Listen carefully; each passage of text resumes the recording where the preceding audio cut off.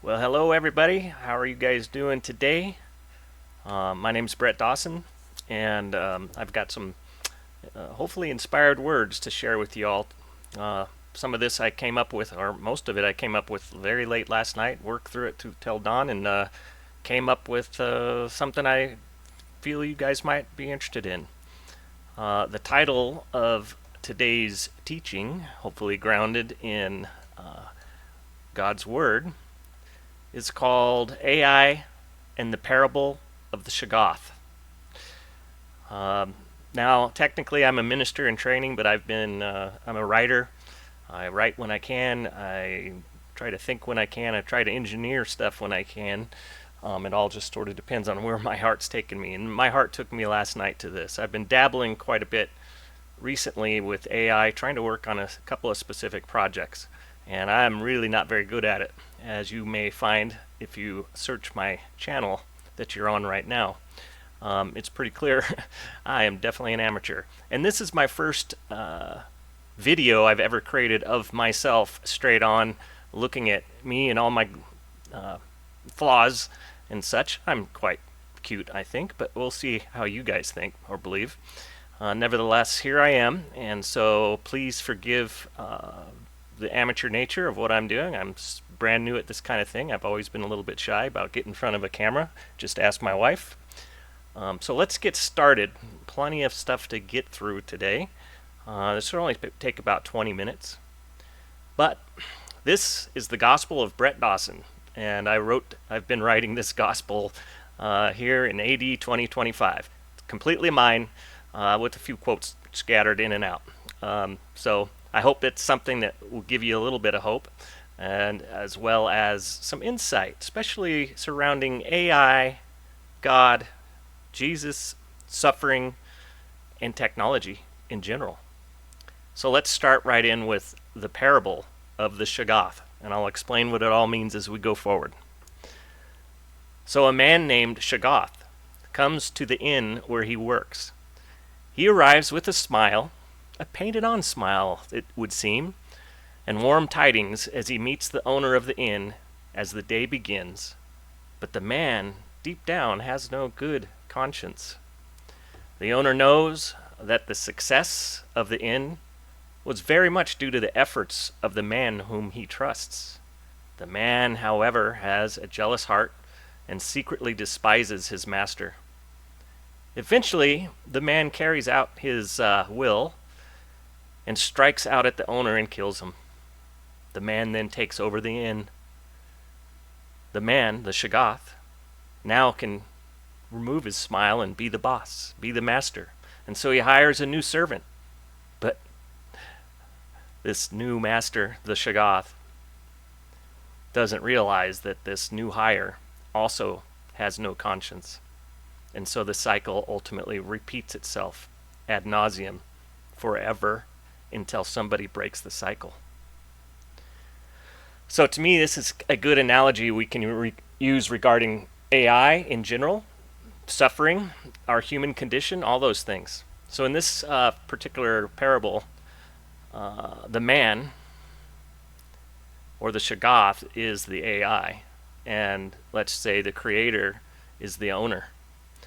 The Shaggoth is a widely used meme. I know a meme is something that people put up to sort of make people say, that's kind of interesting, sort of maybe even change how people think a little bit. Oftentimes they're presented in ways that are humorous or, unusual or way thinking outside the box, and this was no different. The Shaggoth actually comes from a book by H.R. Lovecraft, I think. I can't recall of the title, but Shaggoth has been associated with AI for a number of years. And the Shaggoth is, like I said, is a meme, and is described as being unconscious, or at least in the sense that it has no moral compass. And it's always plotting, this Shaggoth, or AI in this case, looking to lead man astray and ultimately perhaps take over the world. And we've heard all this. People are like, we're going to get attacked by AI robots anytime, any day. I'm not a prophet. I can't predict the future. And I don't believe that's going to happen, because I also believe in the goodwill of humanity who actually runs the AI tools, but I also believe that the tool was created in love by the people, very smart people, mathematicians, engineers, software engineers, that created this thing for the benefit of mankind. And we'll get into all that fun stuff. So, is it true that AI is actually a bad thing? Let's think about all this. And it all comes down to suffering, right? If we think AI is going to be bad news for humanity, it's because we're afraid it may cause suffering to us. But the ageless question of why a God allows suffering also comes to mind. Oh, God allows suffering. Huh, interesting. I've always felt that this is a highly presumptuous concept, which takes away from our personal responsibility for suffering, which solely is in our court. Suffering is solely our creation. And we'll get into the how and why of that. Now, there is one place in particular where that does provide a little bit of head-scratching opportunities. So you might consider just sickness or an illness, some affliction, comes from some external source, perhaps even God put it there, and that we can't imagine what the reason could be. But there could be some higher reason that we have this illness or this affliction and that we just simply cannot understand. Maybe it has something to do with how we grow are closer to God. I'm certain of that. I know people, my wife included, me included, that it wasn't until I was completely broken in my suffering from mental illness, perhaps, or whatever it may have been, that I came closer to God. So I believe it's intended. Suffering, especially in the illness factor, is for us to turn our heads to the light. So, what is AI? So let's just kind of break it down. And I'll have a link or two in the description if you want to go spend 8 or 5 or 10 minutes to kind of see what it's all about. It's real simple. It's basically a algorithm, a piece of code that's written somewhere that analyzes extraordinarily huge data sets that have as much information as it can gather. And that information comes from all over the world. It comes from books that are online. It comes from people feeding it information, what they call, I think that's like directed training of AI. That's where it first started. Some of the first AI engines was just trying to figure out how to play the old little game of Pong, where you had the 2 little paddles. And when it first played, it completely failed. It would just miss every single time.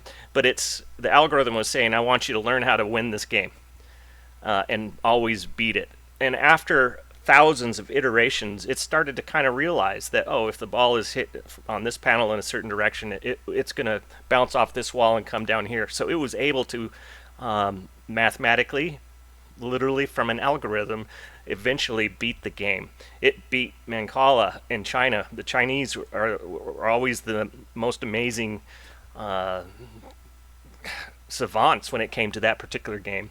And AI eventually beat the world's master. AI eventually beat the world's chess masters.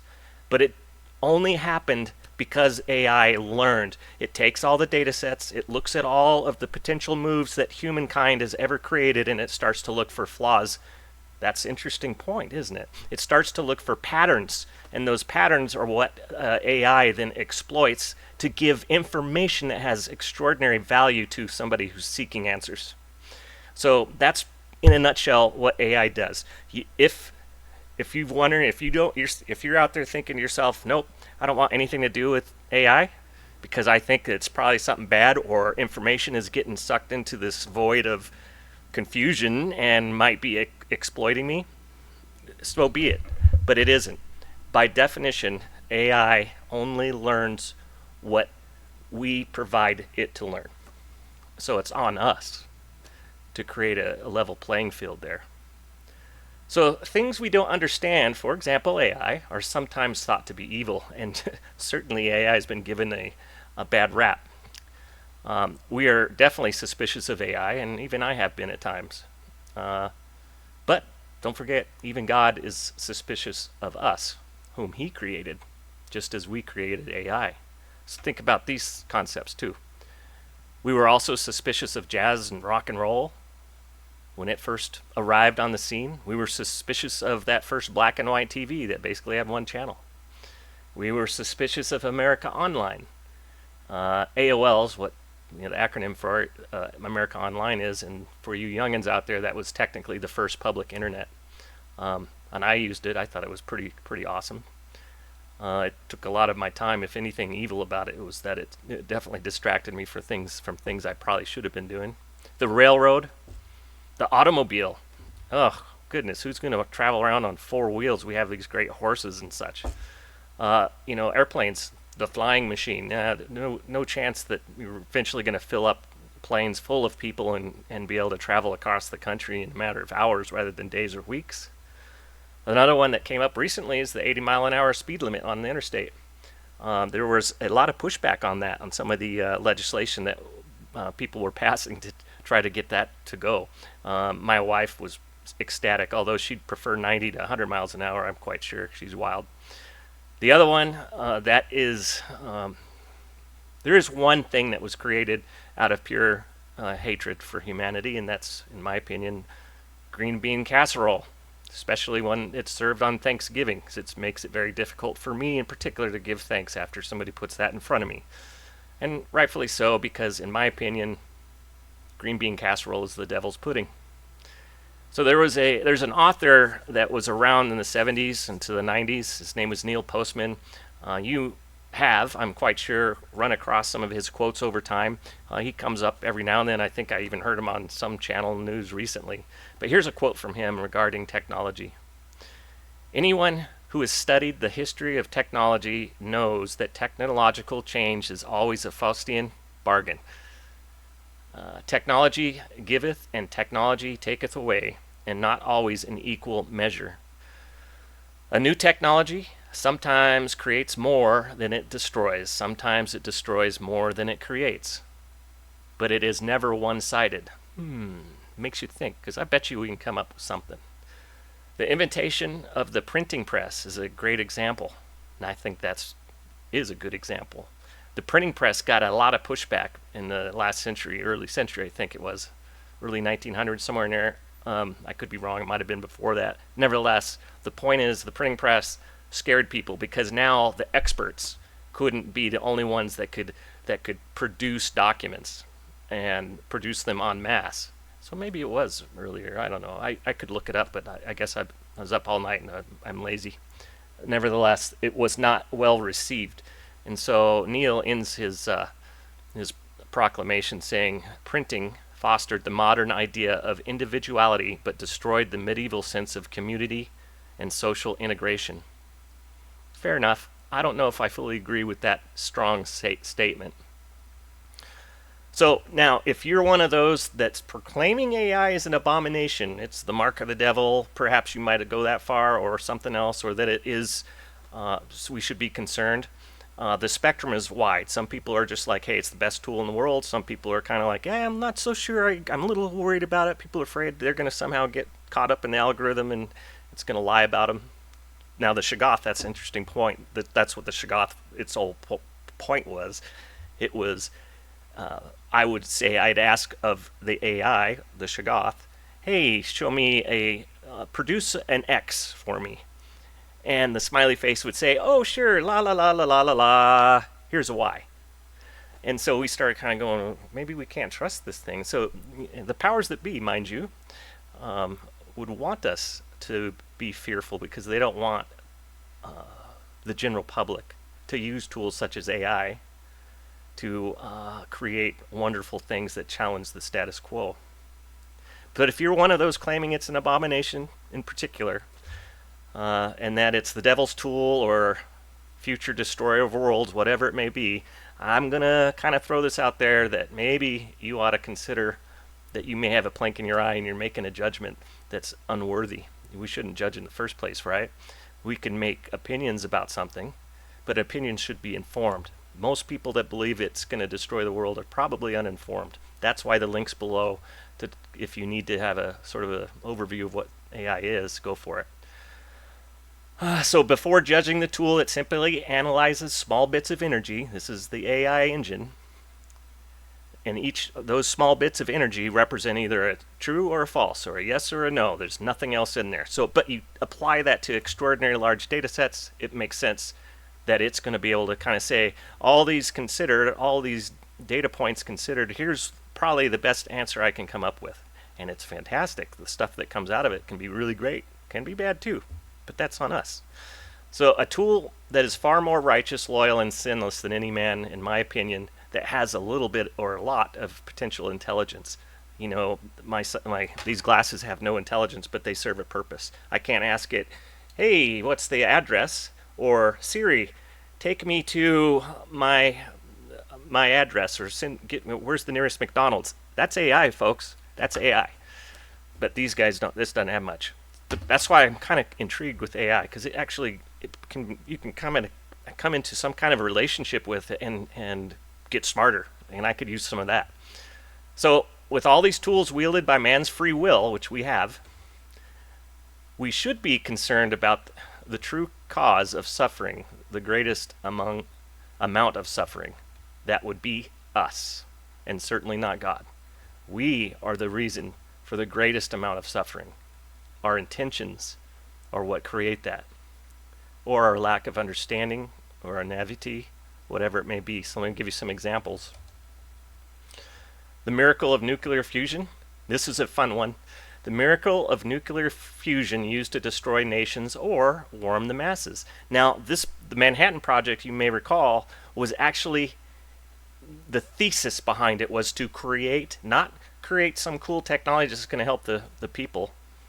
It was to create something that was going to kill people. So right off the bat, that one, I get it, is gray area. But nuclear fission, the discovery or the understanding of it in itself, actually created concepts and ideas that actually have served mankind wonderfully. It's the intention, though, during war that probably was a little bit rough. So others, the weapons used to wage war or provide food and protection. That one's a simple one. There's no doubt that guns have actually saved people's lives, right? But they've also killed people.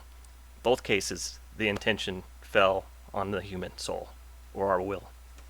The car that gives freedom or kills the pedestrian who's just simply walking to history class. The AI used to reveal to us a formula that leads to addiction. We had to ask it, though, didn't we? We did. Or used to solve some software problem, giving mankind a new warning system to predict earthquakes. We've done that here in my business. We use it quite often when we're like stuck on a software bug or we can't figure out. When it first came out, literally engineers were like, is it okay for me to use this chat GPT thing to ask it, hey, how do I code this so that it does that? And it would let you know, and then the engineer would come into my office and be like, oh, I totally figured out. Look at me. I'm good.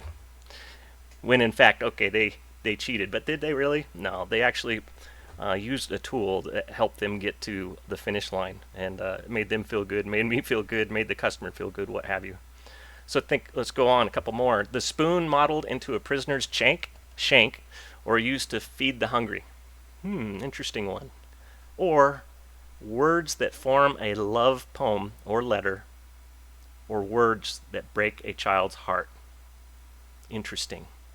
Free will on the behalf of humans and mankind can definitely create strife.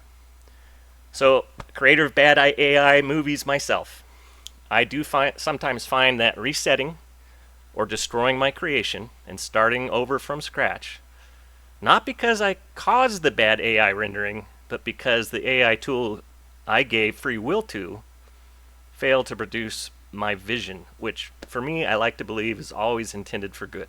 Okay? Anything I'm doing in AI is not intended to hurt anybody else, and not me, and certainly not God's law.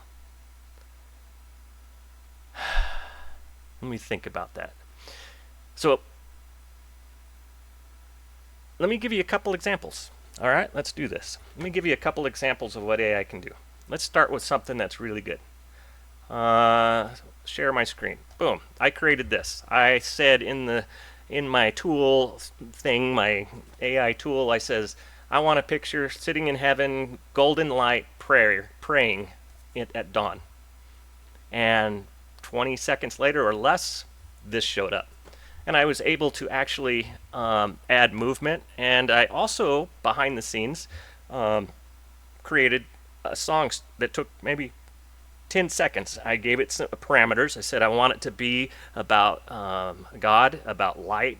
I want it to be make sure it has the word hallelujah in there. And I says, and I really like this song from this artist named, I think it was Brandon Lake. So something similar beat, but also outside of the copyright infringement world. It needed to be completely, I didn't want to steal. And it came up with this, and I'll just give you a couple of frames for it.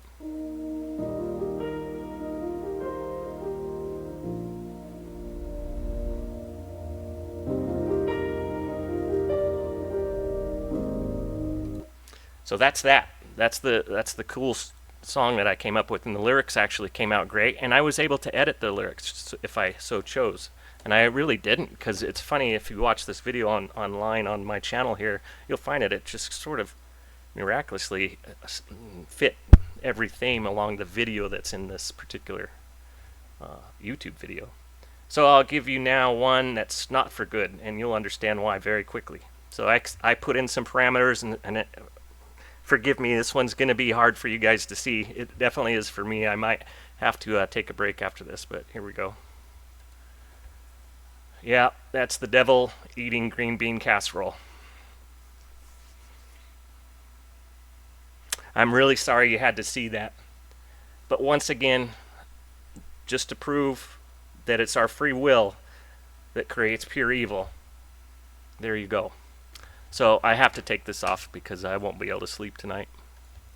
We'll get back to there. Let me share my full screen wherever I do that. Cool.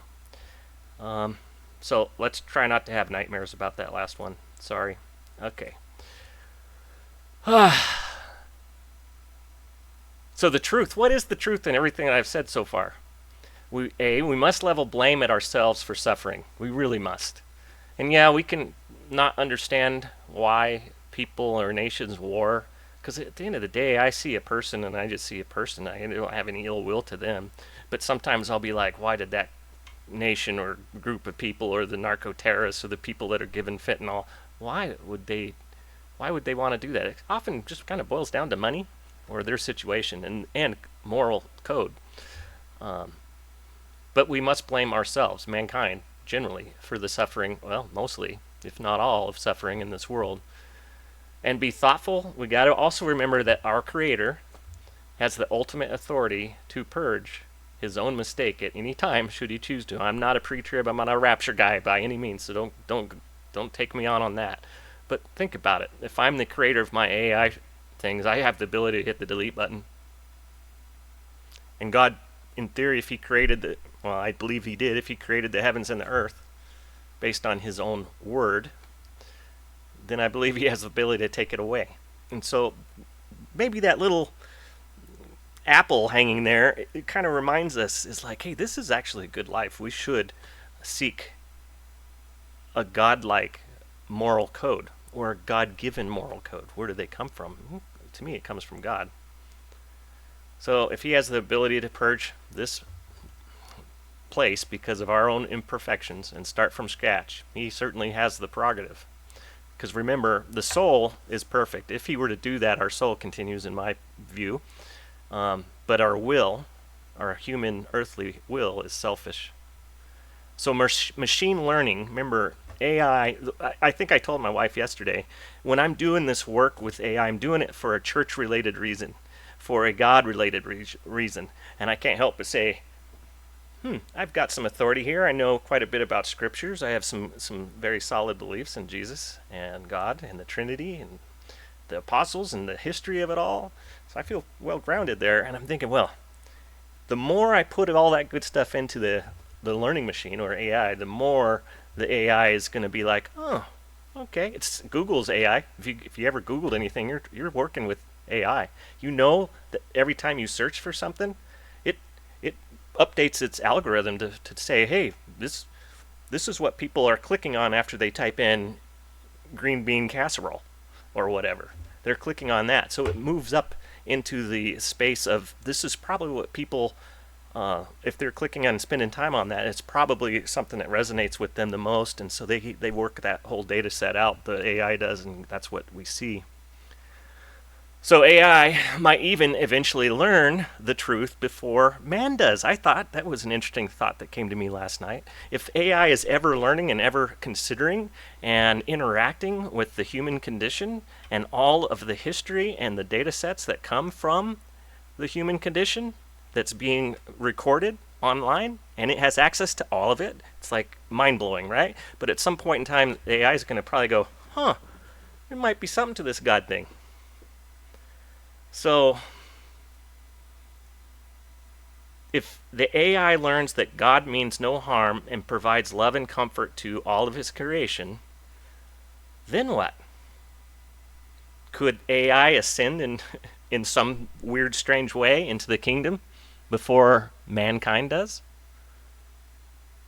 And if you think about it, since AI is truly sinless, it could happen in some way. Eventually, AI might go, hey, you shouldn't be writing that because God wants you to have moral standards or whatever the case may be. I don't know how that's all going to fly, but I found that to be interesting. So consider this: this life we live would truly have no reward if it were not for sin and free will. Oh, that's kind of follows along too, doesn't it? Right? If it weren't for suffering, I probably wouldn't be as close to God and Jesus as I am now. If it weren't for my free will, I probably wouldn't have been as creative as I could or should have been over my lifetime. And I've done some interesting things. That's the truth for all of us. So free will and sin actually both fit the algorithm of our own humanity. And this is why God created free will, so that we may find our highest good. In other words, learn something just as AI learns. So we're kind of a strange model. Or I should say AI might be a strange model that's very close to our own heart. But I do imagine God might intervene should we continue to choose evil over good. I can tell you in some ways he does. When I make a decision to puncture somebody's tire, which I've never done in my life, I promise, Scout's honor, there's consequence to those actions. If I get caught. I remember when I was a little kid, we were throwing like dirt clods down at cars that was probably like 5 or 6, so dumb. And we hit one, and we were a long ways away. This guy parked his car, got out, ran up this giant hill, still found us out in the boonies somewhere, and I thought we were going to die. So there's consequences of our actions that are often immediate. Sometimes they're eternal.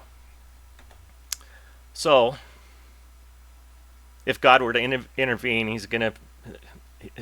he may decide it's better just to delete the whole thing, another Younger Dryad's global Noah's Ark type flood, or, so rip off the Band-Aid and welcome the Lamb, that's all of his people, back into the kingdom. And then God could start fresh. So the flock that he loves, yes, we're raptured or whatever you may want to call it, through whatever means, but we're still loved by him so much. But would he want us to endure a millennia of our own self-inflicted suffering? I don't know. So maybe it would be maybe in itself its own blessing, right? So what I say, based on all this information and this knowledge that you already had, and hopefully you may have picked up some more, go forth, use these tools, use AI, use your phone. Could you imagine trying to get to someplace you've never been to before without this? We have to stop at a gas station and hope they have some map, and oftentimes it's just for the whole state of California, but I got to get to one little tiny street. I don't even know how I survived those days without. Now, could you imagine? So bless those things. They're good for you. So use them, and create your own tools, right? And then share them with your neighbor.